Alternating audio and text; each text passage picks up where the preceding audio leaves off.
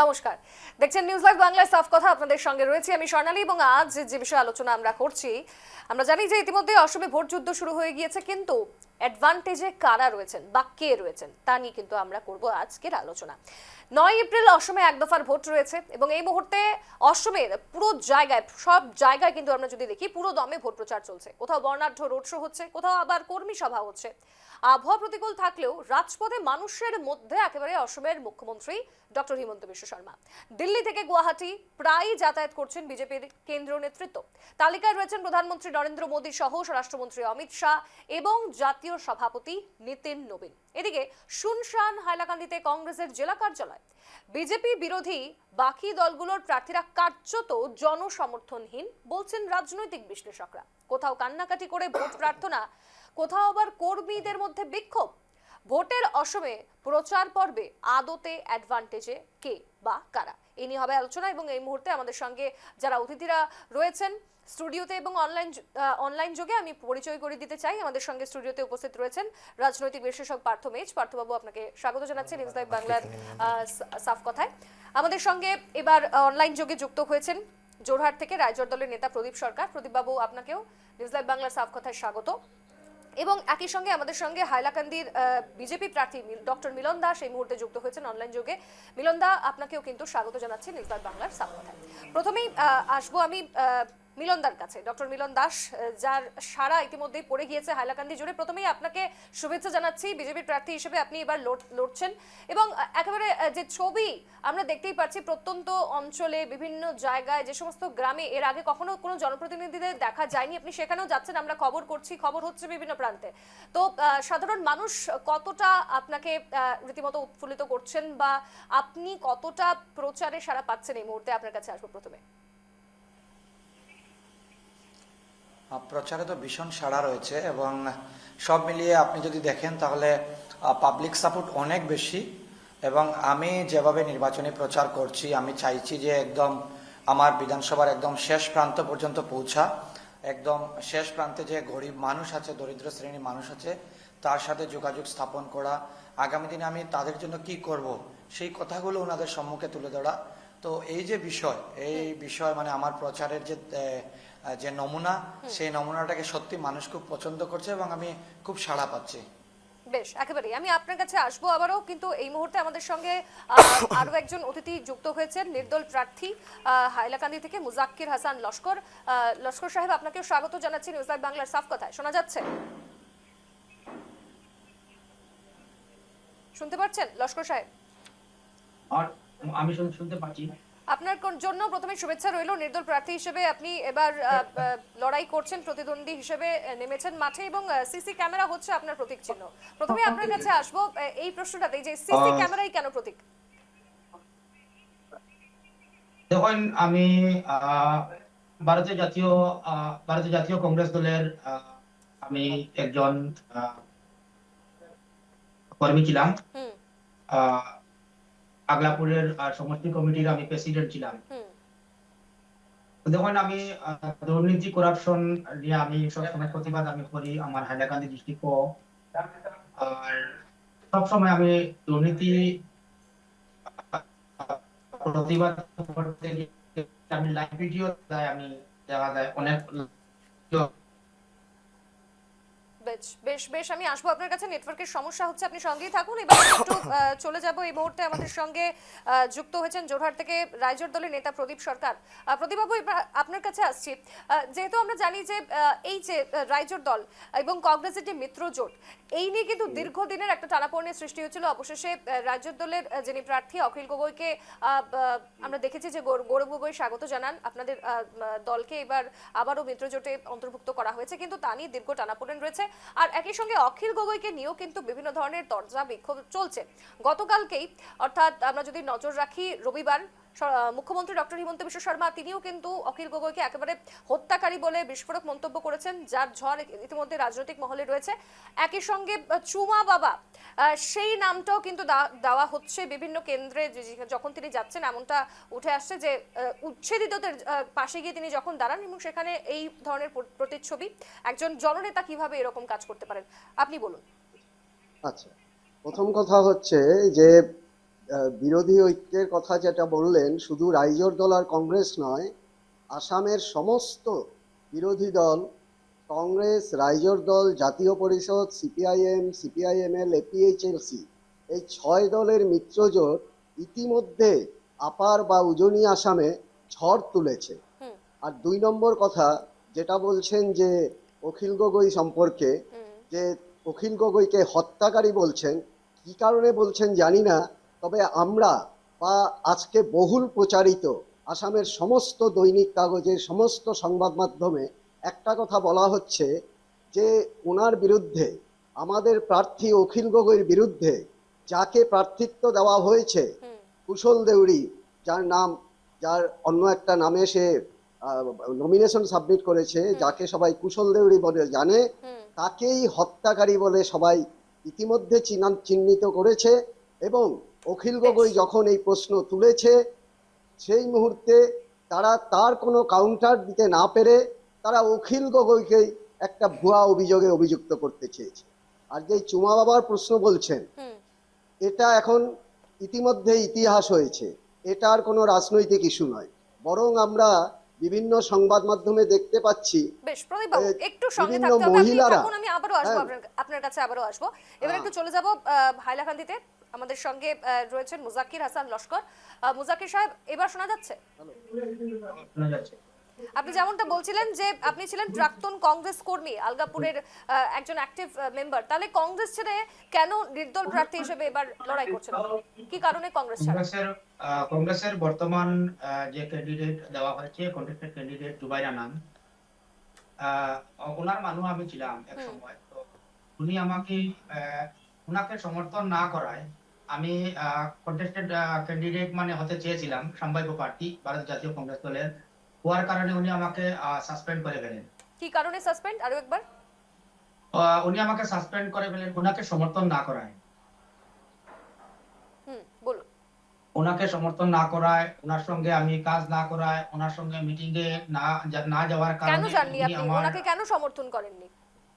ওনাকে মানুষ তো মানে ওনাকে আমার জনসাধারণ ওনাকে বলে যে উনি ইহুদি রীতিনীতির মানুষ, ওনার শরীরে টেটু আছে, এই কারণে মানুষ ওনাকে সমর্থন করতেন না।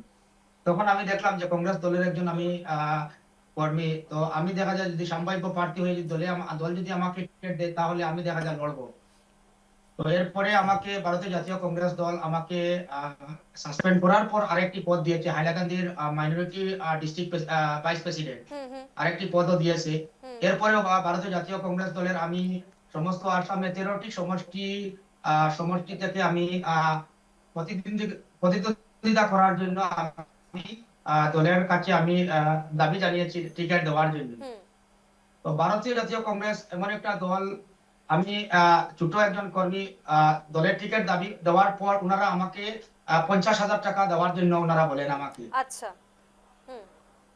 তাহলে আপনি সরাসরি বলছেন আমাদের চ্যানেলে, আপনি বলছেন যে আপনার কাছ থেকে টাকা দাবি করা হয়েছিল, 50,000 টাকা দাবি করা হয়েছিল। টাকা দাবি করা হয়েছে, প্রথমে 50,000 দেওয়ার জন্য ওনারা আমাকে বলেন। এরপরে আরো আছে আমাদের এখানে হাইলাকান্দিতে কিছুদিন আগে উচ্ছেদ হয়েছে, উচ্ছেদে ওনারা বলছেন 20,000 দেওয়ার জন্য।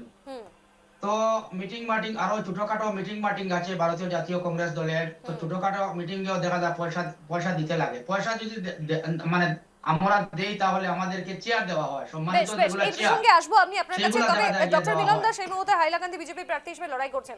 আমরা যদি তাকাই কংগ্রেসের এই অবস্থা, আমরা দেখেছি এর আগেও কিন্তু বিভিন্ন ধরনের অভিযোগ উঠে এসেছে, যারা হেভি ওয়েট নেতা মন্ত্রীরা তাদেরকেও দেখা গিয়েছে তাদের বিরুদ্ধে এই ধরনের অভিযোগ। আপনি কি বলবেন? না, মিলন দাস উনি সাধারণ, আমি মিলন দাসের কাছে প্রশ্নটা করেছি, এরকম অভিযোগ আগে উত্থাপিত হয়েছে। বলুন। হ্যাঁ, ওইটাই বলছি, এ ধরনের অভিযোগ তো আগেও ছিল, আজও আছে এবং ভবিষ্যতেও থাকবে। এটা কংগ্রেসের কালচারের মধ্যে রয়েছে। এটা আমি মনে হয় আজকের দিনে আমি যে বিধানসভায় নির্বাচন খেলছি, সেই বিধানসভায় আমারও প্রতিযোগিতা কংগ্রেসের সাথে নেই, সেই জন্য কংগ্রেস নিয়ে বেশি আলোচনা করা ঠিক নয়। আজকের দিনে আমিও আমার নির্বাচনী প্রচারে অধিক আমাদের সরকারের উন্নয়নমূলক কাজ তুলে ধরছি এবং কংগ্রেসের প্রার্থী দেখবেন আজকের দিনেও হাইলাকান্দি জেলায় যারা রয়েছেন তারা কিন্তু একে অপরকে ব্যক্তিগত আক্রমণেই ব্যস্ত রয়েছে।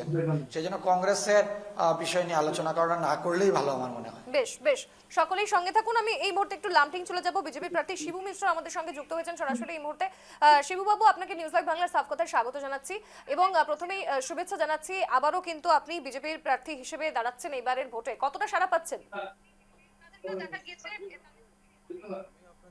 বাংলাকে প্রাণ ভরা সম্মান ভালোবাসা জানাচ্ছি, অভিনন্দন জানাচ্ছি। আর যেটা বললে সারা সারা বিষয়টা আর কি, সারা দেশ, সারা আসাম, সারা লামডিং একটাই আওয়াজ, বিজেপি জিন্দাবাদ, জয় শ্রীরাম।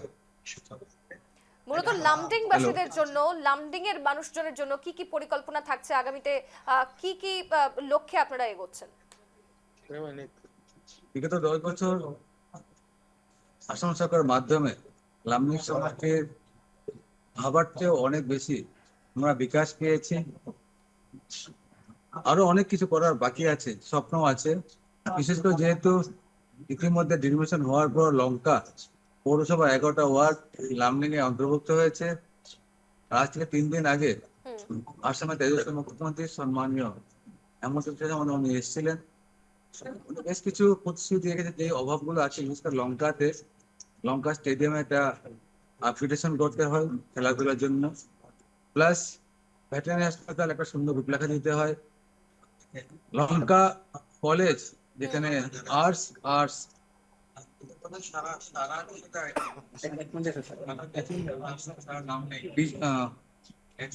ইতিমধ্যে আমি বলি যে সোনালী ওনার একটি গুরুত্বপূর্ণ ফোন আছে। বেশ কিছু উনি প্রতিশ্রুতি দিয়েছেন, স্টেডিয়াম বলি, ভেটেরিনারি হাসপাতাল বলি, মিনি পিএইচসি বলি, লঙ্কা কলেজকে সায়েন্স স্ট্রিমটাকে প্রভিন্সিয়ালাইজ করা, এছাড়াও কাকি স্টেডিয়াম, ভালুকমারি স্টেডিয়াম, রানীপুকুরি স্টেডিয়াম, অডিটোরিয়াম, কাকি অডিটোরিয়াম, বিভিন্ন ধরনের স্বপ্ন আছে লামডিং তথা লঙ্কাকে সুন্দর করে রূপ দেওয়ার। অনেকটাই হয়েছে, খানিকটা বাকি আছে। আর বিশেষ করে যেহেতু সম্মানীয় মুখ্যমন্ত্রী উনি যা বলেন তার থেকে বেশি কাজ করেন, সেটা আমার তৃপ্ত অভিজ্ঞতা। এছাড়া ব্যক্তিগত বেশ কিছু পুরুষ মহিলার আবেদন আছে ওনাদের, সেইগুলোকেও সামনে রেখে আমরা আগামী দিন একটা সুন্দর আসাম, সুন্দর লামডিং আমরা গড়ে দেব। বেশ বেশ, আরো একটা আমরা যদি বিষয়ের দিকে তাকাই, যে সপ্তাহান্তে আমরা দেখলাম যে অমিত শাহ, নিতিন নবীন তারা এসেছেন এবং প্রধানমন্ত্রী নরেন্দ্র মোদী এর আগেও এসে গিয়েছেন। তাহলে বিরোধীদের কিন্তু কোথাও গিয়ে দেখা যাচ্ছে না। লামডিং এ বিরোধীরা কি কার্যত একেবারে মুখ থুবড়ে পড়েছে?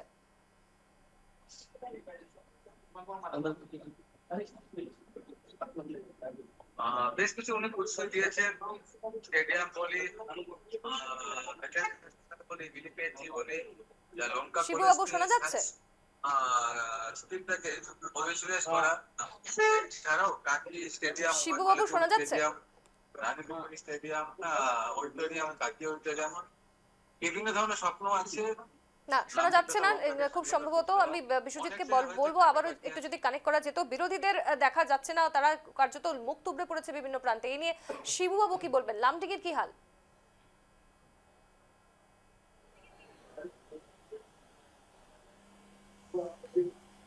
অডিওর সমস্যা হচ্ছে। আমি এবার একটু চলে যাব, আমরা একটু স্টুডিওতে আলোচনা করি। আমাদের সঙ্গে পার্থদা যেহেতু অনেকক্ষণ থেকে বসে রয়েছে। পার্থদা, আমরা এই মুহূর্তে রাজনৈতিক নেতাদেরকে পাচ্ছি, তাদের সঙ্গে কথা বলছি। প্রত্যেকে কিন্তু বিভিন্ন ধরনের প্রতিশ্রুতি রাখছেন, কিন্তু ভোট আসে, ভোট যায়, তারপরে দেখা যায় যে জনপ্রতিনিধিরা তাদের বেশ কিছু জায়গায় তাদের দেখাও মেলে না। বিভিন্ন সমস্যা যেরকম ছিল সেভাবেই পড়ে থাকে এবং অনেক জায়গায় দেখা গিয়েছে যে ভোট বয়কটের দাবি জানিয়েছেন, হুঙ্কার দিয়েছেন অনেকে। তাহলে আগামীতে নির্বাচনে এই যে 5টা বছরের পর আবারও নতুন করে জনপ্রতিনিধি বেছে নেওয়া, সাধারণ মানুষ এবার কিসের উপর ভিত্তি করে ভোট দেওয়া উচিত? সাধারণ মানুষের সবথেকে বড় গুরুত্বপূর্ণ বিষয়টি হলো যে উন্নয়ন, তাদের জীবনে বা তাদের অঞ্চলে কী ধরনের উন্নয়ন স্থান পেয়েছে সেটার উপর ভিত্তি করে ভোটদান করা উচিত। ভোটটা বয়কট করা কোনো ধরনের সলিউশন হতে পারে না, কারণ ভোটদান করাটা বা ভোট দেওয়ার যেটা অধিকার, সাংবিধানিক অধিকার, একটা নাগরিকের জন্য সবথেকে বড় অধিকার, সেই অধিকারটা যদি বন্ধ করে ভোট দিতে না যায় তাহলে তার কোনো ফলশ্রুতি তারা পাবে না। তার বরং যদি তারা ভাবে কোনো একজন প্রার্থী তাদের অঞ্চলে যদি দাঁড়িয়েছে নির্বাচনে, যদি সেই নির্বাচিত ব্যক্তি যদি নির্বাচিত হওয়ার পর যদি কাজ করতে পারবে বলে তাদের যদি আশা আছে, সে যে কোনো দলেরই হোক না কেন, নির্দলীয় হতে পারে, তারা সেই পক্ষে যাওয়া উচিত। নিজের যেটা মতামত আছে সরকার গঠনের ক্ষেত্রে দেওয়া উচিত। আমাদের মুখ্যমন্ত্রী ডক্টর হিমন্ত বিশ্ব শর্মা দেব যেই ধরনের কাম কাজ করছে, আজকে জালুকবাড়ির যেটা বিশ্লেষণ আছে যে উনাকেই সবে চায়, সেই কেন চায়? কারণ উনি কাজ করেছেন সমাজের জন্য, লোকের জন্য। সেই জন্য প্রত্যেকটা অঞ্চলে যেই সব ব্যক্তিরা, যেই সব মানে ব্যক্তিত্বরা দাঁড়িয়েছেন নির্বাচনে, তারা বিগত দিনসমূহে জনসাধারণের পাশে কিভাবে দাঁড়িয়েছেন, কি সমস্ত কাজ করেছেন, তার উপর ভিত্তি করে ভোটদান করাটা উচিত। বেশ, আমি আবারও আসবো, আমি আবার একটু চলে যাব লামডিংয়ে। শিবুবাবু শোনা যাচ্ছে এবার? আমি এটাই বলছিলাম যে আমরা যদি তাকাই, বিরোধীরা কার্যত কোথাও গিয়ে মুখ থুবড়ে পড়েছে, কারণ আমরা দেখছি যে ঘন ঘন স্টার ক্যাম্পেনারদের আগমন ঘটছে। স্বরাষ্ট্রমন্ত্রী অমিত শাহ এসে গেছেন, গতকাল নীতিন নবীন তিনিও ছিলেন। তাহলে লামডিংয়ে বিরোধীদের কি হাল? স্যার, আসাম বলি যে লামডিং বলি, বিগত 10 বছরে আসামের সম্মানীয় মুখ্যমন্ত্রীর নেতৃত্বে যে বিকাশমূলক কাজগুলো হয়েছে, জনগণ যথেষ্ট সুখী। তার জন্য আসছে 9 এপ্রিল জনগণ মনে মনে স্থির করে রেখেছে জনগণ বিকাশের সঙ্গে আছে। আর আমার দৃঢ় বিশ্বাস জনগণের স্বতঃস্ফূর্ত সমর্থন, এই সমর্থন অগ্রিম সংকেত দেয় আসাম তথা লামডিং সমষ্টি ভারতীয় জনতা পার্টির প্রার্থীকে জনগণের আশীর্বাদে বিপুল ভোটে জয়যুক্ত করবে, সেটা নিশ্চিত। বেশ বেশ বেশ, আমি এবার একটু মিলন দাসের কাছে যাব। মিলন বাবু, যেহেতু আমরা আলোচনা করছিলাম এবং আমাদের সঙ্গে মুজাকির হাসান লস্কর, তিনিও যেমনটা বললেন যে তিনি প্রাক্তন কংগ্রেস কর্মী, অ্যাক্টিভ কর্মী, কিন্তু তিনি যখন দাবি করেছিলেন যে তাকে টিকিট দেওয়া হোক, কিন্তু তার কাছ থেকে 50,000 টাকা দাবি করেছিল কংগ্রেস, এবং একই সঙ্গে উচ্ছেদিতদের যখন উচ্ছেদ করা হয়েছিল তখনও কিন্তু 20,000 টাকা দাবি করা হয়েছিল। এই বিষয়গুলো আদতে কি সত্যিকারের ঘটনা? এবং আপনি যখন যাচ্ছেন প্রত্যন্ত অঞ্চলে, প্রত্যেকের সঙ্গে কথা বলছেন, তারা কি বলছেন? এটা তো সত্যি করে উনিই বলতে পারবেন, কারণ এই অভিযোগটা তো আর বিজেপির কোনো কর্মী করেনি, এই অভিযোগটা একজন প্রাক্তন কংগ্রেসী নেতা। তো নিশ্চিতরূপে আমার মনে হচ্ছে যে এটাতে কোনো সন্দেহ নেই, এটা ঠিকঠাকই উনি বলেছেন।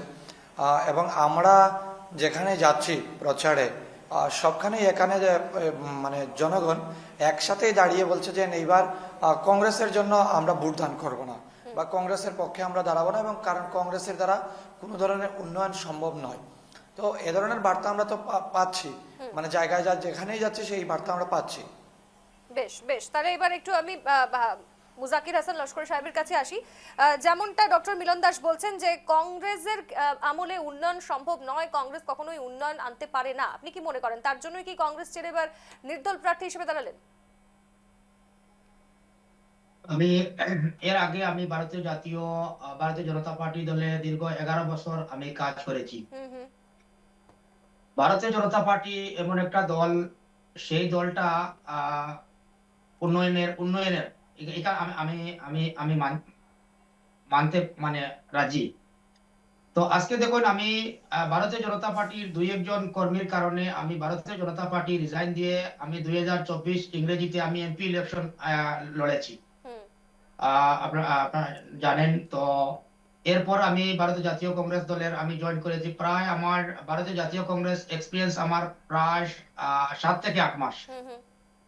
তো এর আগেও ভারতীয় জনতা পার্টি দল আমি করেছি প্রায় 11 বছর, কিন্তু ভারতীয় জনতা পার্টি দলে আমি এত মায়া মহব্বত আমি পেয়েছি, কিন্তু কংগ্রেস দলে 7 মাস মায়া মহব্বত আমি পাইনি। বেশ বেশ, অর্থাৎ আপনি বলছেন যে বিজেপিতে থেকে আপনি মায়া মমতা মহব্বত পেয়েছি 2-1 কর্মীর কারণে বিজেপি দল আমি রিজাইন দিয়ে আমি যে ধরনের পরিণতি ঘটলো তারপরেই আপনি দল ছাড়তে মানে বাধ্য হলেন। আমরা আলোচনা আসবো প্রত্যেককেই, আমি আপাতত সঙ্গে রাখতে চাইছি। একটা ছোট্ট বিরতির সময়, বিরতির পর আবারও ফিরছি খুব শীঘ্রই, সঙ্গে থাকুন। দেখছেন অসময়ে ভোট যুদ্ধ অ্যাডভান্টেজে কে। আমাদের সঙ্গে অতিথিরা রয়েছেন, আমি চলে যাব এবার লামডিংয়ে, আবারও শিবু মিশ্র আমাদের সঙ্গে রয়েছেন। শিবু বাবু, আমরা দেখেছি যে লামডিংবাসীর বিভিন্ন ধরনের সমস্যা, জলের সমস্যা, কোথাও পানীয় জল তারা পাচ্ছেন না, কোথাও আবার আমরা দেখেছি যে ফ্ল্যাশ ফ্লাড হয়ে যাচ্ছে। এই ধরনের সমস্যা কিন্তু অনেক দিনের, অনেক বছরের, কিন্তু এই বছর আপনি আসছেন আবারও প্রার্থী হিসেবে দাঁড়াচ্ছেন, যথেষ্ট সাড়া আপনি পাচ্ছেন। সেই দাবি দাওয়াগুলো মানুষের পূরণ করার কোনো লক্ষ্য?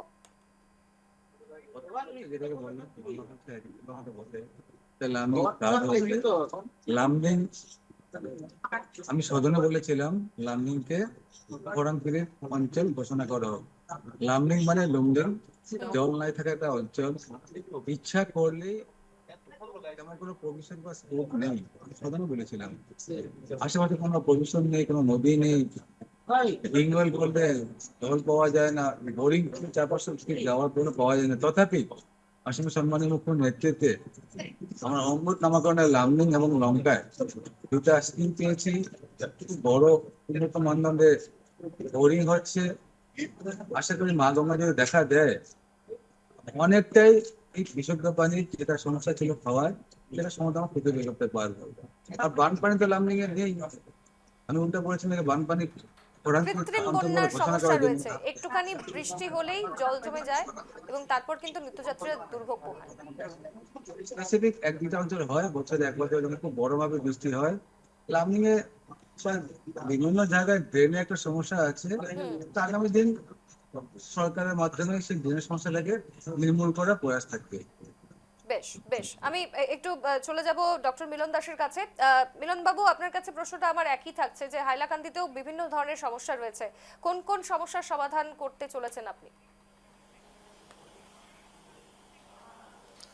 হাইলাকান্দিতে বিশেষ করে পানীয় জলের সমস্যা রয়েছে, তাছাড়া জমা জলের সমস্যা রয়েছে। এবং আপনি জানেন পানীয় জলের সমস্যার জন্য মাননীয় মুখ্যমন্ত্রী হাইলাকান্দি মিউনিসিপ্যালিটি এরিয়ার জন্য একটা প্রকল্পের শিলান্যাস করেছেন, লালা মিউনিসিপ্যালিটির জন্য প্রকল্পের একটা শিলান্যাস করেছেন। আমার প্রথম দায়িত্ব থাকবে নির্বাচন শেষ হওয়ার পর, শপথ গ্রহণের পর এই দুইটা প্রকল্প যত তাড়াতাড়ি পারা যায় কাজ কমপ্লিট করা, যাতে মানুষকে বিশুদ্ধ পানীয় জল খুব তাড়াতাড়ি যোগান দেওয়া যায়। তাছাড়া জমা জলের যে সমস্যা রয়েছে দুইটা শহরে, আর তার উপর আমার বিশেষ নজর থাকবে যাতে সায়েন্টিফিক ওয়েতে এই জমা জলের সমস্যাগুলো সমাধান করা যায়। এর বাইরে আমাদের গ্রামে বিগত 10 বছর এখানে আমাদের বিজেপি দলের বিধায়ক না থাকায় যারা বিধায়করা ছিলেন, কোনো বিধায়কই গ্রামের রাস্তাঘাটের উন্নয়নের জন্য কিছু করেননি। তো সেই বিষয়ে নজর রাখতে হবে এবং সেই বিষয়ে কাজ করব। স্বাস্থ্য পরিষেবা অনেকটা আমাদের সেরকম অ্যাডভান্স নয়। মাননীয় মুখ্যমন্ত্রী একটা মেডিকেল কলেজ হাইলাকান্দি জেলার জন্য ঘোষণা করেছেন, তো সেটাও যাতে খুব তাড়াতাড়ি তার কাজ শুরু হয় সেই দিকে আমার বিশেষ নজর থাকবে বা আমি সক্রিয় থাকবো। মিলন বাবু, আপনার কাছে আরো একটা প্রশ্ন। আপনারই প্রতিদ্বন্দ্বী রাহুল রয়, তিনি কিন্তু বিভিন্ন ভাবে বিতর্কিত মন্তব্য করে একেবারে এখন সংবাদ জগতে এবং বিভিন্ন মাধ্যমে একেবারে শিরোনামে রয়েছেন। কি বলবেন আপনি রাহুল রয়কে নিয়ে? এটা মানুষ এই পার্থক্যটা বুঝতে পারে যে একজন প্রার্থী যে সরকারের উন্নয়নমূলক কাজ নিয়ে মানুষের মধ্যে জনসভা করে, আর আরেকজন প্রার্থী জনসভা থেকে সরে গিয়ে শুধু প্রেস মিট করেন। আমি তো অনেক জায়গায় বলি যে উনি আজকের দিনে কংগ্রেসের প্রার্থী না প্রেস মিট অ্যাসোসিয়েশনের প্রার্থী, এটা আগে সিদ্ধান্ত নেওয়া দরকার না। এবং তার পাশাপাশি মহিলাদেরকে নিয়েও বিতর্কিত মন্তব্য করেছেন তিনি, এবং তারপর তিনি প্রেস মিট করে আবার ক্ষমাও চেয়েছেন। এ ব্যাপারে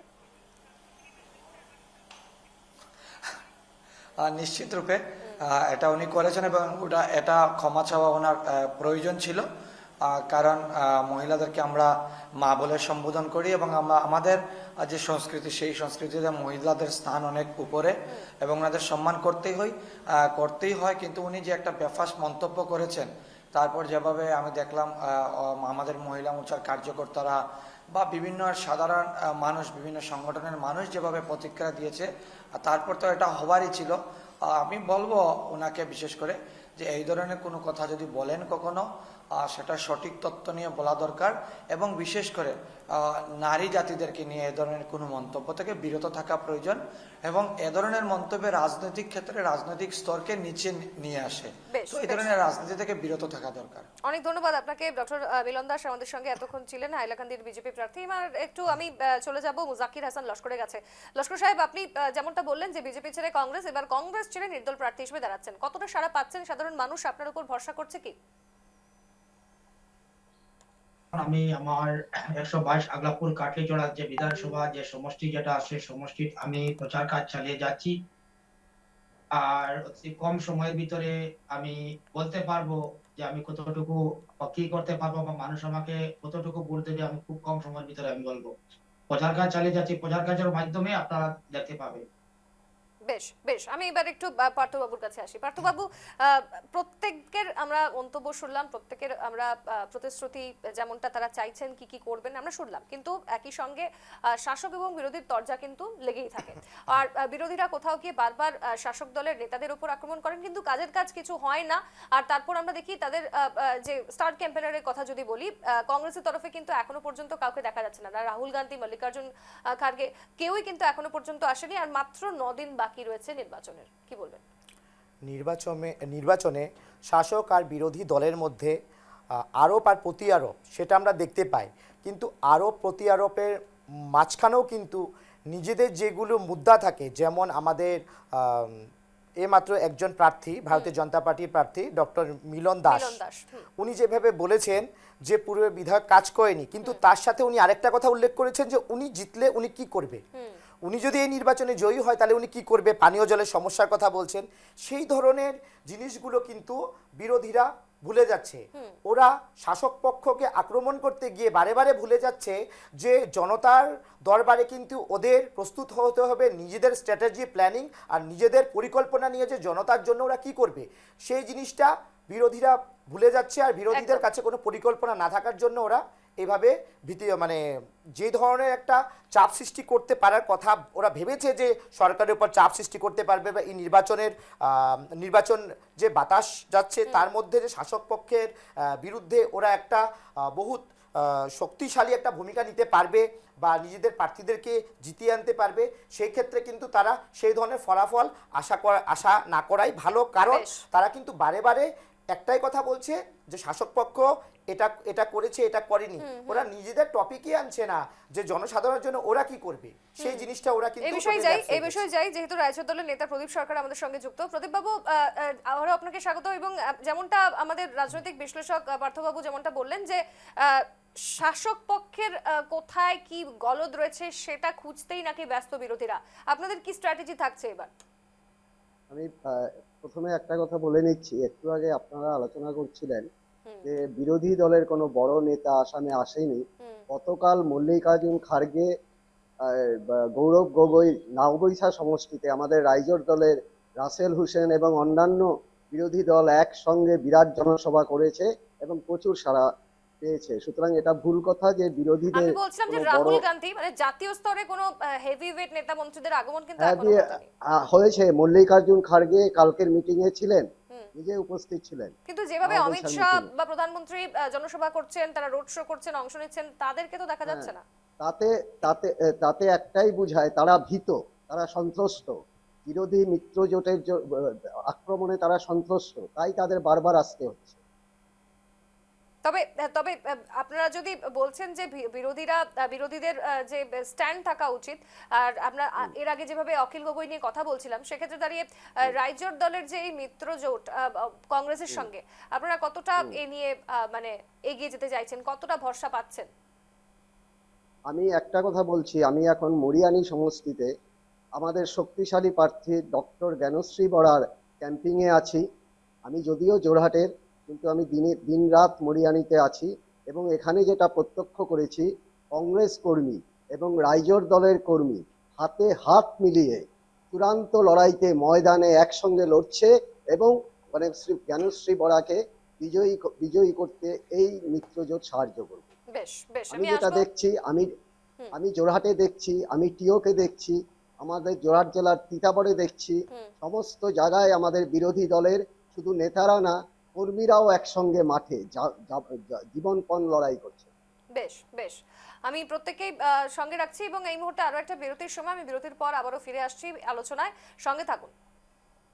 ফিরলাম বিরতির পর। আপনারা দেখছেন অসমে ভোটযুদ্ধ অ্যাডভান্টেজে কে, এবং সাফ কথায় আজকের আলোচনা এভাবেই আমরা করছি। বিভিন্ন প্রান্তের যারা প্রার্থীরা রয়েছেন এবং একই সঙ্গে কর্মীরা রয়েছেন, অ্যাক্টিভ মেম্বার্সরা রয়েছেন, তাদেরকে সঙ্গে রেখে, এবং আমাদের সঙ্গে স্টুডিওতে রয়েছেন, উপস্থিত রয়েছেন অতিথিরা।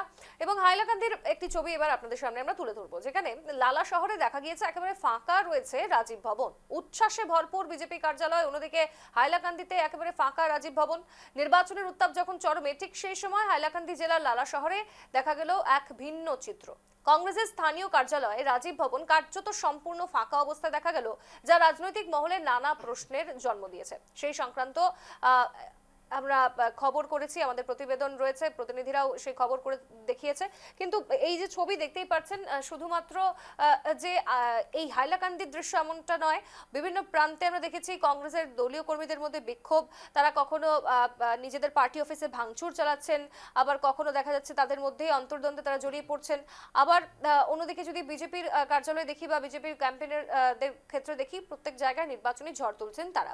এবার একটু পার্থদার কাছে যাই এই সংক্রান্ত বিষয়ে। পার্থদা, আমরা দেখেছি যে শাসক এবং বিরোধী এই নিয়ে যেটা আমাদের আলোচনা চলছিল, বিভিন্ন প্রান্তে এখনো পর্যন্ত দলীয় ক্ষোভ রয়েছে কংগ্রেসের ক্ষেত্রে যদি তাকাই বিশেষ করে, এবং কংগ্রেস বললে ভুল হবে, শুধু কংগ্রেস মিত্র জোটেও দেখা গিয়েছে একই ছবি। অন্যান্য দল এআইইউডিএফ থেকে শুরু করে অনেকেই নিজেদের দল ছেড়ে একেবারে নির্বাচনের প্রাককালে বিজেপিতে যোগদান বা বিভিন্ন দলে যোগদান করছেন। তাহলে তারা কোথাও গিয়ে এই ক্ষমতা দখলের লড়াইয়ে রয়েছেন, না জনসাধারণের প্রতিনিধি হিসেবে কাজ করবেন আগামীতে? এখন যদি বলা যায় যে যখন ইলেকশন আসে বা নির্বাচন আসে, তখন দেখা যায় যে দলীয় প্রার্থীদের মধ্যে টিকিট লাভের জন্য তারা অ্যাপ্লাই করে। যে টিকিট লাভ করে ঠিক আছে, কিন্তু অন্যান্য বহু প্রার্থীদেরকে দেখা যায় যে তারা অন্য দল, সেই দল ত্যাগ করে অন্য দল যোগদান করে। তাদের মধ্যে কিছু প্রার্থীদের বক্তব্য আমি শুনেছি সংবাদ মাধ্যমের যোগেদি, যে ওরা বলেছে যে আমরা সমাজের জন্য আরও কাজ করতে চাই, বা বিগত দিনে যে ধরনের কাজ ওরা করেছিল তাতে ওরা বলছে যে যেসব কাজ ওরা সম্পন্ন করতে পারে নাই, তারা আবার যদি বিধায়ক বা বিধায়িকা হয়ে আসে তাহলে আবার কাজগুলো করতে পারবে। কিন্তু প্রশ্নটা হচ্ছে, যখন আমরা একটা রাজনৈতিক পার্টিকে বিশ্লেষণ করতে যাই, তখন কিন্তু একটা জিনিস জানতে হবে যে একটা পার্টিম্যানশিপ একটা থাকা দরকার। যে কোনো রাজনীতিক সদস্যের মধ্যে একটা পার্টিম্যানশিপ থাকা দরকার, যে একটা দল থেকে যে টিকিট না পাওয়ার পর আরেকটা দলে যোগদান করবে, এক রাতের ভিতরে যে তাদের যে আদর্শগত যে পার্থক্যটা মিটে যায়, সেই জিনিসটা কিন্তু খুব সহজে নেওয়া যায় না। অবশ্যই এর মধ্যে একটা মানে বাধা, একটা জিনিস বলতে হবে যে কিছু কিছু প্রার্থীদের সাথে অন্যায় হতেই পারে রাজনৈতিক দলে, তখন তারা কি করে সেই দল ত্যাগ করে অন্য একটা দল যোগদান করে, সেটা তাদের ব্যক্তিগত ব্যাপার। কিন্তু ব্যাপার হলো ক্ষমতা দখলের যেটা লড়াই চলে, সেটা ক্ষমতা দখলের লড়াই না হয়ে যদি জনসাধারণের মঙ্গলের লড়াই হয় তাহলে হলে বেশি ভালো হয়। একদম একদম একদম। আমাদের সঙ্গে প্রদীপ বাবু রয়েছেন, প্রদীপ বাবুর কাছে আসি। রাইজোট দলের নেতা অখিল গগৈ, যেখানে কোথাও গিয়ে আমরা দেখেছি যে বারবার তিনি আবেদন জানিয়েছিলেন তাকে দলে তুলে নিতে, কিন্তু তারপর বহু কাকুতি মিনতির পর, বহু আবেগের পর, বিক্ষোভের পর দেখা গিয়েছে পরবর্তীতে তাকে আমরা যেমনটা দেখলাম যে গৌরব গগৈ আপন করে নিলেন আবারও। তবে এবার রাইজোট দল কটি আসনে জিতবেন, কি মনে হচ্ছে আপনাদের? আমরা 15টা সিট প্রায় কন্টেস্ট করছি। সেই অবস্থায় আমাদের আশা এবং জনসমর্থন আমরা যেভাবে পাচ্ছি, সঙ্গে বিরোধী অন্যান্য দলে যেভাবে আমরা মাঠে পাচ্ছি, লড়াইয়ের ময়দানে পাচ্ছি, তাতে আমরা অবশ্যই আশা করব 8 থেকে 10টা সিট আমরা অবশ্যই পাবো। আমরা প্রশ্ন রাখছি আপনার কাছে যে এআইইউডিএফ এর সঙ্গে যে মিত্রজোটে না লড়া, এটা কি কোনোভাবে ফ্যাক্টর হতে পারে আগামী নির্বাচনে?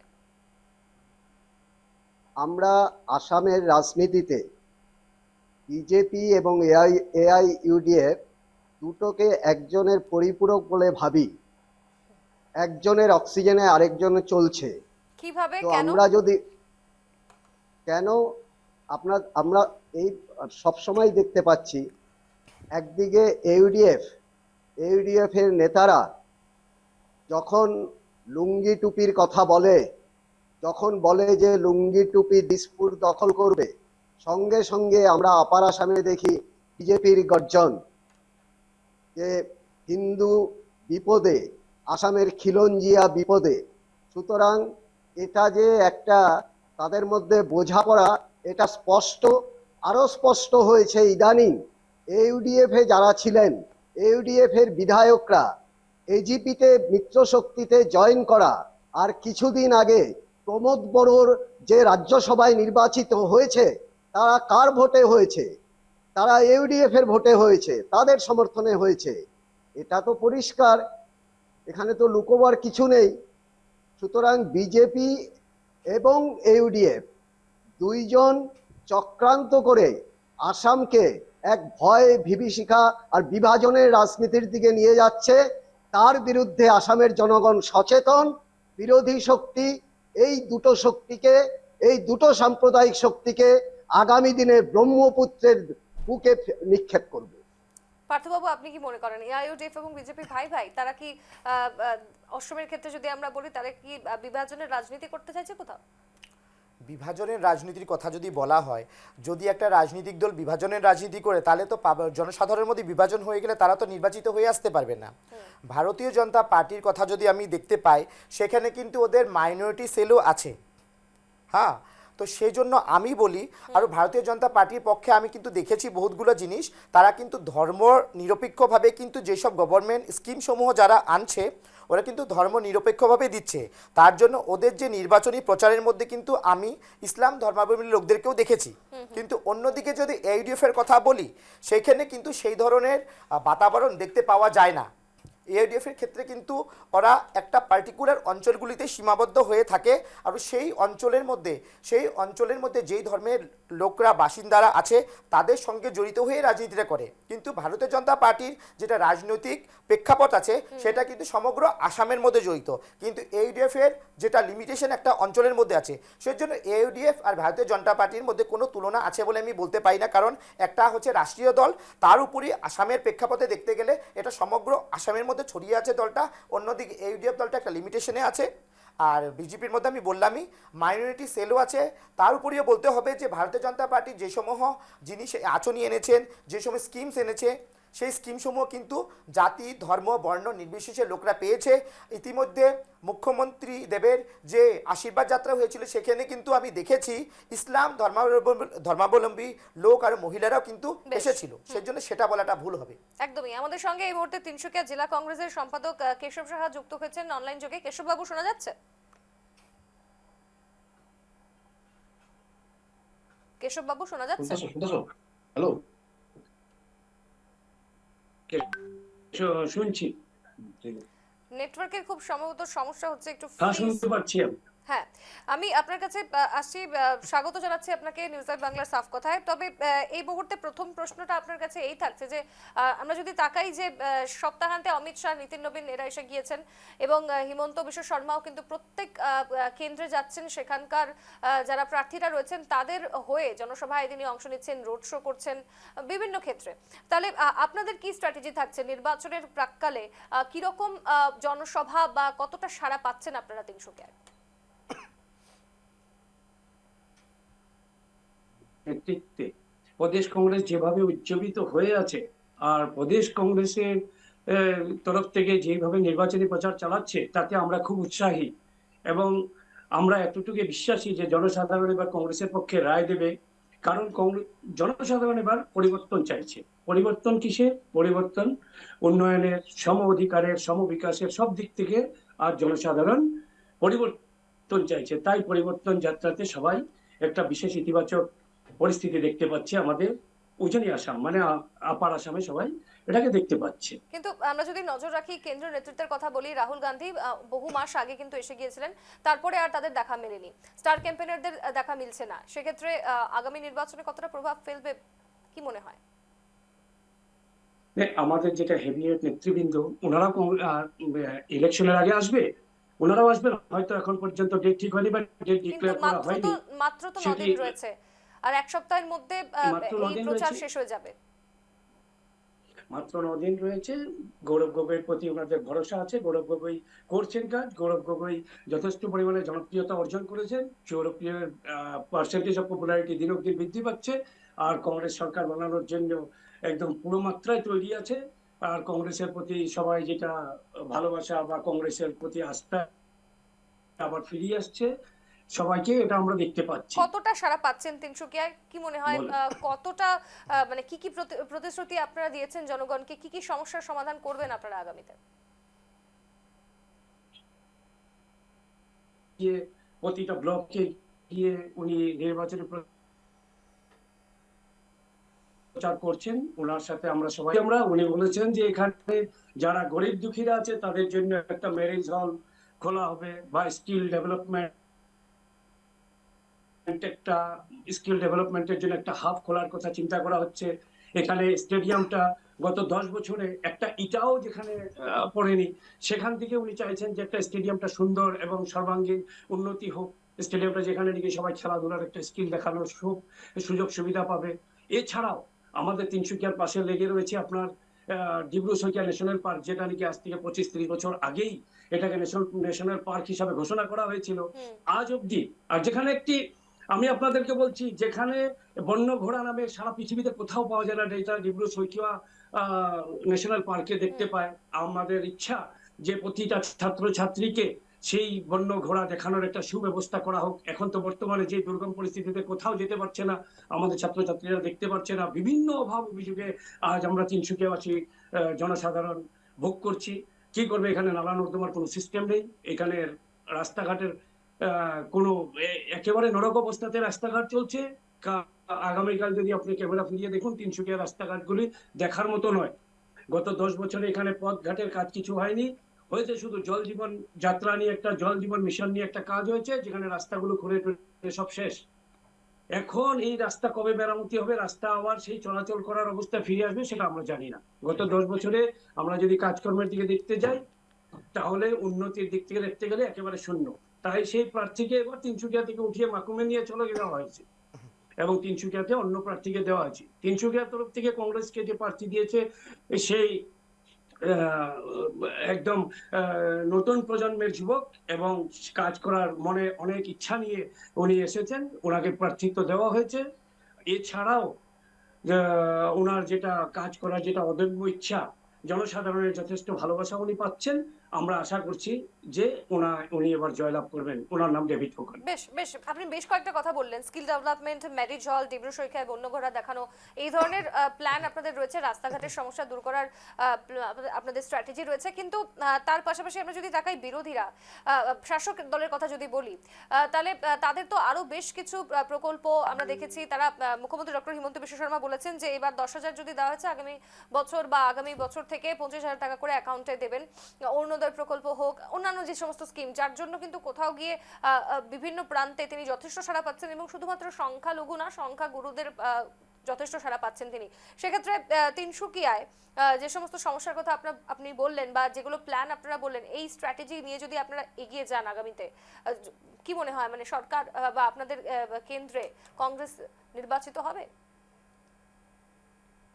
আশা করছি মানুষ এখন আর সেই কর্মবিমুখতা বা ঋণগ্রস্ত, দেশকে ঋণগ্রস্ত করে আর সেই টাকা পয়সার দিকে বেশি আগ্রহী খুব বেশি দিন থাকবে না। এখন দুস্থ গরিবদের জন্য করছে, সেটা অত্যন্ত ভালো কথা, কিন্তু সেই ঋণগুলো কিভাবে পরিশোধ করা হবে তার কোনো পরিকল্পনা আমরা দেখতে পাচ্ছি না। যেহেতু ভবিষ্যৎ প্রজন্মের যদি জীবন আমরা অন্ধকার করে এই কাজগুলো করি, তাহলে ভবিষ্যৎ প্রজন্মের জন্য আমরা একটা অন্যায় কাজ করছি। ভবিষ্যৎ প্রজন্মের জীবন কি করে অন্ধকার হচ্ছে আপনি বলুন। আমি বলছি আপনাকে, ভবিষ্যৎ প্রজন্মের জীবনটা অন্ধকার এই জন্য হয়ে যাবে যে আমি যদি ঋণগ্রস্ত আর ঋণের কবলে তাদেরকে ডুবিয়ে যে আজকে মাথা পিছু ঋণ নিয়ে আমরা একটা শিশু জন্মগ্রহণ করছে, এই ঋণটাকে কিভাবে পরিশোধ করা হবে সেই যদি পরিকল্পনা আমরা না করি, তাহলে ভবিষ্যৎ প্রজন্মের জীবন অন্ধকার হচ্ছে। যেহেতু এখানে কোনো যদি ছোটখাটো ইন্ডাস্ট্রি গুলো দেখছেন আপনি, সব আস্তে আস্তে বন্ধ হওয়ার পথে, কিভাবে বন্ধ হয়ে যাচ্ছে সেটারও এক্সাম্পল, সেটার উদাহরণ আমি আপনাকে দেব। কেশববাবু যেমনটা বললেন, আমি বলছি ছোটখাটো দেশকে ঋণগ্রস্ত করছে বিজেপি এবং এর ফলে ভবিষ্যৎ প্রজন্ম একেবারে অন্ধকারে ডুবে যাবে, কি মনে করেন? প্রথমে আমি কেশব বাবুকে খুব ধন্যবাদ দিই যে প্রথমবার আমি একজন বিরোধী পক্ষের থেকে আসা, মানে বিরোধী দল থেকে আসা একজন সদস্যের কাছে শুনলাম যে ওনারা তিনসুকিয়াতে কি কি ডেভেলপমেন্ট করতে চায়, সেই জিনিসটা খুবই পজিটিভ উনি বলেছেন। কিন্তু সেটা কিন্তু ওনাদের দলের তরফ থেকে সমগ্র আসামে কিন্তু হয়নি। আর অন্য বিরোধী দল যারা আছে তারা কয়েকটা অঞ্চলেই খালি সেই ধরনের একটা মানে লড়াই যেটা আছে, নির্বাচনী লড়াই, তারা কি করতে পারবে সেই কয়েকটা অঞ্চলে দেখা যাচ্ছে। কিন্তু সমগ্র অঞ্চলে কিন্তু মানে আমাদের আসামের প্রেক্ষাপটে বলতে গেলে সমগ্র রাজ্যে কিন্তু সেই জিনিসটা করতে পারেনি, যেটা করতে পেরেছে ভারতীয় জনতা পার্টি। হ্যাঁ, আর বলেছে ঋণ নিয়ে মানে ভবিষ্যৎ প্রজন্ম অন্ধকারের দিকে যাচ্ছে, যেটা উনি বলেছেন। এখন কথা হলো, যে কোনো কাজ করার জন্য আমাদের অর্থের প্রয়োজন। এখন ফাইন্যান্সিয়াল অর্থ যদি না থাকে আমরা কোনো ধরনের প্ল্যানিং হাতে নিতে পারবো না। সেটা যদি আমরা একটা ছোট বিজনেস থেকে শুরু করি, আর এটা তো একটা রাজ্য পরিচালনার কথা আসছে, ঠিক আছে, যে কোনো ক্ষেত্রে financial planning is very important. Financial planning না থাকলে, ফাইন্যান্সিয়াল প্ল্যানিং করতে গেলে আপনি ঋণ নিতে হবে। বহু জিনিস পরিচালনা করার জন্য, বহু সংগঠন, এমনকি একটা রাজ্য পরিচালনা করে, একটা দেশ পরিচালনা করার জন্য ঋণ নেওয়াটা স্বাভাবিক। আমাদের আসামের মাননীয় মুখ্যমন্ত্রী ডক্টর হিমন্ত বিশ্ব শর্মা দেব যে ঋণ নিয়ে যে পরিচালনা করছে, বারে বারে এই কথাটা শুনতে পাওয়া যায়। কিন্তু এটাও স্বাভাবিক, যে কোনো মুখ্যমন্ত্রী, যে কোনো রাজ্যের মুরব্বীর যদি সেই রাজ্যটাকে পরিচালনা করতে হয়, সেই রাজ্যটার যদি বিভিন্ন বেশ। মানে কাজে আগ বাড়িয়ে নিতে হয়, তাহলে ঋণ নিতে হবে। ঋণ নিলে অর্থ আসবে, আর অর্থকে যখন প্র্যাকটিক্যাল ফিল্ডে খাটানো হবে, তার থেকে অর্থ উপার্জনের পথ বেশ, আসবে, বেশ, সেটা বেশ, স্বাভাবিক। বেশ। আমি আরো একটা ছোট্ট বিরতি নেব, বাণিজ্যিক বিরতি নেব, আবারও ফিরে আসবো আলোচনায়, সঙ্গে থাকবেন। ফিরলাম বিরতির পর। দেখছেন অসমে ভোটযুদ্ধ, অ্যাডভান্টেজে কে বা কারা। আমরা চলে আসবো আলোচনা একেবারে শোয়ের যেহেতু শেষ পর্যায়ে চলে এসেছি আমরা। এই মুহূর্তে আমাদের সঙ্গে হাইলাকান্দি বিজেপির সহসভাপতি মুন স্বর্ণকার যুক্ত হয়েছেন। মুন্দি, স্বাগত জানাচ্ছি আপনাকে নিউজ লাইভ বাংলার সাফ কথায়। শোনা যাচ্ছে? নমস্কার, নমস্কার। একদমই। যেহেতু আমরা যদি হাইলাকান্দি থেকেই আলোচনাটা শুরু করি, কয়েকদিন আগেই আমরা দেখলাম যে হাইলাকান্দিতে ইতিমধ্যে কিছুক্ষণ আগে ডক্টর মিলন দাস আমাদের সঙ্গে ছিলেন এবং তার যিনি প্রতিদ্বন্দ্বী রাহুল রায়, মহিলাদের নিয়ে একেবারে বিভৎস মন্তব্য, তারপর তিনি নিজে এসে প্রেস মিট দিয়েছেন, ক্ষমা চেয়েছেন। কিন্তু এই যে শুধুমাত্র কি প্রেস মিটই করে বেড়াচ্ছেন, নাকি সত্যিতেই মানুষের কাছে যাচ্ছেন, দোরগোড়ায় যাচ্ছেন এবং মানুষের জনপ্রতিনিধি হিসেবে তিনি বিভিন্ন প্রস্তাব দিচ্ছেন, কি কি কাজ করবেন বিরোধীরা এবং আপনাদের কি কি স্ট্র্যাটেজি থাকছে? দেখেন ম্যাডাম, আমরা তো শাসক পক্ষের তরফ থেকে নির্বাচনে প্রতিদ্বন্দ্বিতায় নেমেছি এবং বিরোধী পক্ষ কি করছে কি না সেটা আমাদের দেখার বিষয় না। জিতার যে লক্ষ্য নিয়ে একটা মার্জিন তয় করা হয়েছে এবং ওই মার্জিনের ভিতরে যাতে আমরা জিতের লক্ষ্য পূর্ণ করতে পারি, তার জন্য ভারতীয় জনতা পার্টির প্রত্যেক স্তরের কার্যকর্তা আমরা নেমে গেছি হাইলাকান্দিতে। আর হাইলাকান্দিতে আমরা 200% আমরা শিওর যে আমরা ভব্য জিত এবার দীর্ঘ 35 বছর পরে হাইলাকান্দি সমষ্টিতে, হাইলাকান্দি জেলাতে ভারতীয় জনতা পার্টির আমরা ক্যান্ডিডেট পেতে যাচ্ছি এজ এ বিধায়ক। আর সেটা ইতিমধ্যে নিশ্চিত হয়েছে। জনগণের স্বতঃস্ফূর্ত আশীর্বাদ আমাদের নেতৃত্বের উপরে রয়েছে, মাননীয় প্রধানমন্ত্রীজির উপরে রয়েছে, মাননীয় মুখ্যমন্ত্রীর উপরে রয়েছে। তার প্রতিফল আমরা যেদিন নির্বাচনের রেজাল্ট ঘোষণা হবে আপনারা দেখতে পারবেন। আপনাদের মাধ্যমে জনগণ দেখবে যে দীর্ঘ 35 বছর পরে ভারতীয় জনতা পার্টির বিজয় পতাকা হাইলাকান্দিতে উঠছে। একদম একদম। এবার হাইলাকান্দি ছেড়ে এবার যদি গোটা অসম নিয়ে আলোচনা করি, আমাদের সঙ্গে রয়েছেন ইতিমধ্যেই তিনসুকিয়া থেকে কেশব সাহা, তিনসুকিয়া জেলা কংগ্রেসের সম্পাদক। তিনি কিছুক্ষণ আগে ব্রেকের আগে যেমনটা বললেন যে বিজেপি নাকি গোটা দেশকে ঋণগ্রস্ত করছে, যার জন্য ভবিষ্যৎ প্রজন্ম একেবারে অন্ধকারে চলে যাবে, তলানিতে চলে যাবে। কি বলবেন?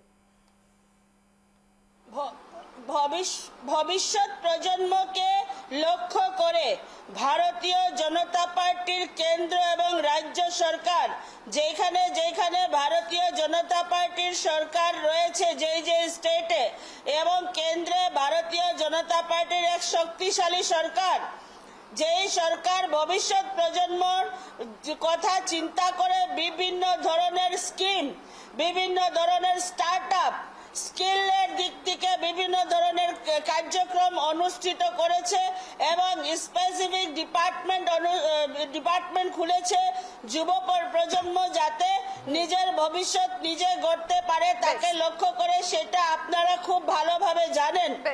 আসামের মাননীয় মুখ্যমন্ত্রী মহোদয় নিজের আসামকে সুন্দর গড়তে গিয়ে দেশের ভিতরে যাতে 5টি স্টেটের ভিতরে যাতে আসাম আসে, তার জন্য বিভিন্ন ধরনের ব্যবস্থা নিয়েছেন। আপনার কাছে আসবো এই নিয়ে, আমি যাব কেশব সাহা আপনার কাছে। কি বলবেন? এরপর প্রদীপ বাবুর কাছে আসবো। ধন্যবাদ আপনাকে। আবার আমি বলছি, এখন আমি বলতে চাইছি, যদি বিজেপি সব দিক থেকে এত উন্নতি করছে, যেমন মহিলা সবলীকরণের কথা বলছে, প্রথম আমি মহিলা সবলীকরণ নিয়ে বলছি। আমাদের তিনসুকিয়া জেলাতে 5টা বিধানসভার আসন ছিল এর আগে, এবার 6টা হয়েছে সীমা নির্ধারণের পর। একজন মহিলা প্রার্থী নেই তিনসুকিয়া জেলাতে, একটা মহিলা প্রার্থী নেই। তাহলে মহিলা সবলীকরণ হলো কোথায়? মন্দি কি বলবেন? মহিলা না থাকলে কি মহিলাদের সবলীকরণ সম্ভব নয়? না, একটাও মহিলা প্রার্থী এখন পর্যন্ত দাঁড় করাতে পারেননি তিনসুকিয়া জেলা থেকে। সেটা মহিলা সবলীকরণ কথা হয়ে গেল? সেটা মহিলা সবলীকরণ হলো কি? হলো না। আজকে বিধানসভায় কি একজন মহিলা মন্দির কথা অডিওটা। বলবে না? তিনসুকিয়ার তরফ থেকে সেখানে মহিলা সবলীকরণ কোথায় হলো আমার বলুন, তিনসুকিয়া মন্দির। জেলাতে? আমি একটু দেখতে যে প্রার্থিত্বর ক্ষেত্রে প্রথম প্রশ্ন করছি, আমি অন্য ক্ষেত্রে মহিলা- করছি না। প্রশ্নটা শুনতে পাচ্ছি না, প্রশ্নটা আমি আরেকবার বলে দিন আমাকে। কেশব বাবু যেমনটা বলছেন যে মহিলা প্রার্থী না থাকলে কি মহিলাদের সবলীকরণ সম্ভব, কি বলবেন? সেটা একদম একদম মানে কোনো ধরনের মিল নাই এই কথার। মহিলা সবলীকরণের জন্য বিভিন্ন ধরনের স্কিম লাগু করা হয়েছে এবং মহিলার নেতৃত্ব নাই, সেটা ভুল কথা। কেন আপনারা জানেন যে অসম বিধানসভায় যেটা মাননীয় মুখ্যমন্ত্রী প্রথমবারের মতন করে দিয়েছেন, যে বিত্ত ডিপার্টমেন্ট, ফাইন্যান্স মিনিস্ট্রি যেটা একজন মহিলাকে দেওয়া হয়েছে, অজন্তা নেওগ ম্যাডামকে, সেটাই প্রমাণ করছে যে আসামের মধ্যে মহিলাদের অগ্রাধিকার কিভাবে রয়েছে। আর তার সঙ্গে সঙ্গে এটাও বলতে চাবো যে দেখেন, ভারতীয় জনতা পার্টিতে নেতাও আছে, নীতিও আছে এবং নিয়তও আছে, যার জন্য আজকে ভারতীয় জনতা পার্টি আসামের মধ্যে না সমগ্র ভারতবর্ষে এগিয়ে যাচ্ছে এবং বিশ্বের সর্ববৃহৎ দল হয়েছে। বিশ্বের সর্বপ্রিয় নেতার মধ্যে মাননীয় প্রধানমন্ত্রী নরেন্দ্র ভাই মোদীজির নাম গন্তি করা হচ্ছে, আর ভারতবর্ষের সর্বশ্রেষ্ঠ নেতার মধ্যে আসামের মাননীয় মুখ্যমন্ত্রী ডক্টর হিমন্ত প্রদীপ বাবু। বিশ্ব শর্মার নাম গন্তি করা এবার হচ্ছে। একটু প্রদীপ বাবুর তাই কাছে আমি যাই, বলবো শেষমেশ। কংগ্রেসের হাতে হ্যাঁ, অনেক আমি সময় বলছি ছিল, দীর্ঘ 70 বছর যে কংগ্রেসের মহিলার হাতে কথা ছিল, বলা হচ্ছে কিন্তু কংগ্রেস জোরহাট বিফল জেলায় হয়েছে, 4টা নেতৃত্ব দেওয়ার সমষ্টি, জন্য বিফল জোরহাট, হয়েছে, তিয়ক, কংগ্রেস তিতাবর, কোনো মরিয়ানি। স্কিম লাগু করতে বিফল এখানে বিরোধীদের 50% মহিলা ক্যান্ডিডেট, 4টের মধ্যে 2টোতে মহিলা ক্যান্ডিডেট, একটাতে কংগ্রেসের তিয়ক সমষ্টিতে পল্লবী গগৈ শইকিয়া এবং মরিয়নিতে রাইজর দলের ডক্টর জ্ঞানশ্রী বরা। তার বিপরীতে 4টা সমষ্টিতেই 10% বিজেপির 4জন প্রার্থী জোরহাট মন্দির জেলায় অডিওটা পুরুষ, রাখো, মন্দির কিছু একজনও বলে মহিলা নেই। সুতরাং জোরহাট জেলার প্রশ্নে আমি বলতে পারি বিরোধীরা 50% সিট মহিলাদের জন্য মহিলাদের প্রার্থিত্ব প্রদান করেছে, বিজেপি সেই ক্ষেত্রে পিছিয়ে রয়েছে, অন্তত জোরহাট জেলা। শেষমেশ আমি একটু পার্থদার কাছে আসবো। পার্থদা, আপনি কিছু বলবেন, যেহেতু শোয়ের একদম শেষ সময় আমরা চলে এসেছি। মহিলা সিট রিজার্ভেশনের কথা যেমন বলছে, as per the government norms, as per the constitutional rights, সংবিধানের অধিকার অনুসারী যেই জায়গায় মহিলা দিতে পারে একটা রাজনৈতিক দল, সেই অনুপাতে যদি রাজনৈতিক দলরা যদি মহিলাদেরকে দিয়েছে, তাহলে সেটার ব্যাপারে আর বলার কিছু নেই। যদি বলে যে ওই অঞ্চলে কেন মহিলা দেওয়া হয়নি, সেটা যদি মহিলা রিজার্ভেশনের মধ্যে পড়েছে, ডেফিনেটলি প্রত্যেকটা রাজনৈতিক দল থেকে মহিলা দেওয়াই হবে। তো সেটা আর বলার কোনো টপিক নেই। একদম শেষমেশ কেশব বাবু। মহিলার কথা উঠেছে, তাই আমরা কেশব আমাদের বাবু। তথ্যটা দিলাম। আচ্ছা, আমি বলছি এখন, ঠিক আছে, আমার একদম ছোট্ট করে, প্রশ্নটা যেহেতু ছিল, show শেষ করতে হবে, যদি বলুন। মহিলা সবলীকরণ করাই হয়েছে, তাহলে মহিলা সবলীল নাই কেন, প্রার্থী নেই কেন? যদি মহিলা সবলীকরণ করা হয়েছে, মহিলাদের সবলীকরণ নিয়ে আমি এত কথা বলছি, আমি প্রচারে নামছি, মহিলা সবলীকরণের কথা বলছি, তাহলে মহিলা প্রার্থী একটাও নেই? সে প্রশ্ন করেছি আমি, একটাও মহিলা প্রার্থী নেই। বেশ বেশ, আপনি শুধুমাত্র তিনসুকিয়ার কথা বলছিলেন, আমরা ওভারঅল আসাম নিয়ে বলছিলাম। মহিলা প্রার্থী নেই, সমগ্র আমি সারা আসামের কথা বলি। দিয়েছে, এটা একবার বেশ। কেশব বাবু ভালো করে দেখে নেন, তারপরে বেশ বলবেন। বেশ বেশ, আমি সবাইকেই থামাবো আমাদের এবং দলের- ধন্যবাদ জানাবো আমাদের সকলকে। দলের- মন্দির, আমাদের দলের কিছু নীতি রয়েছে। আপনাদের ধন্যবাদ জানাচ্ছি যারা আমাদের সঙ্গে আজ সাফ কথায় ছিলেন। পার্থ মেচ, রাজনৈতিক বিশ্লেষক, এবং মুজাক্কির হাসান লস্কর, নির্দল প্রার্থী হিসেবে ছিলেন হাইলাকান্দি থেকে, আপনাকেও ধন্যবাদ। কেশব সাহা, তিনসুকিয়া জেলা কংগ্রেসের সম্পাদক, ধন্যবাদ আপনাকে। মিলন দাস, ডক্টর মিলন দাস, হাইলাকান্দির বিজেপি প্রার্থী আমাদের সঙ্গে ছিলেন। মুন স্বর্ণকার দি, হাইলাকান্দি বিজেপির সহ সভাপতি, আপনাকেও ধন্যবাদ। প্রদীপ সরকার আমাদের সঙ্গে এতক্ষণ ছিলেন রাইজর দলের নেতা হিসেবে, এবং শিবু মিত্র ছিলেন লামডিং বিজেপি প্রার্থী হিসেবে। আপনাদের সকলকে ধন্যবাদ জানাচ্ছি এবং আজকের মতো শেষ করব সাফ কথা। এরপর রয়েছে খবর, নজর রাখুন।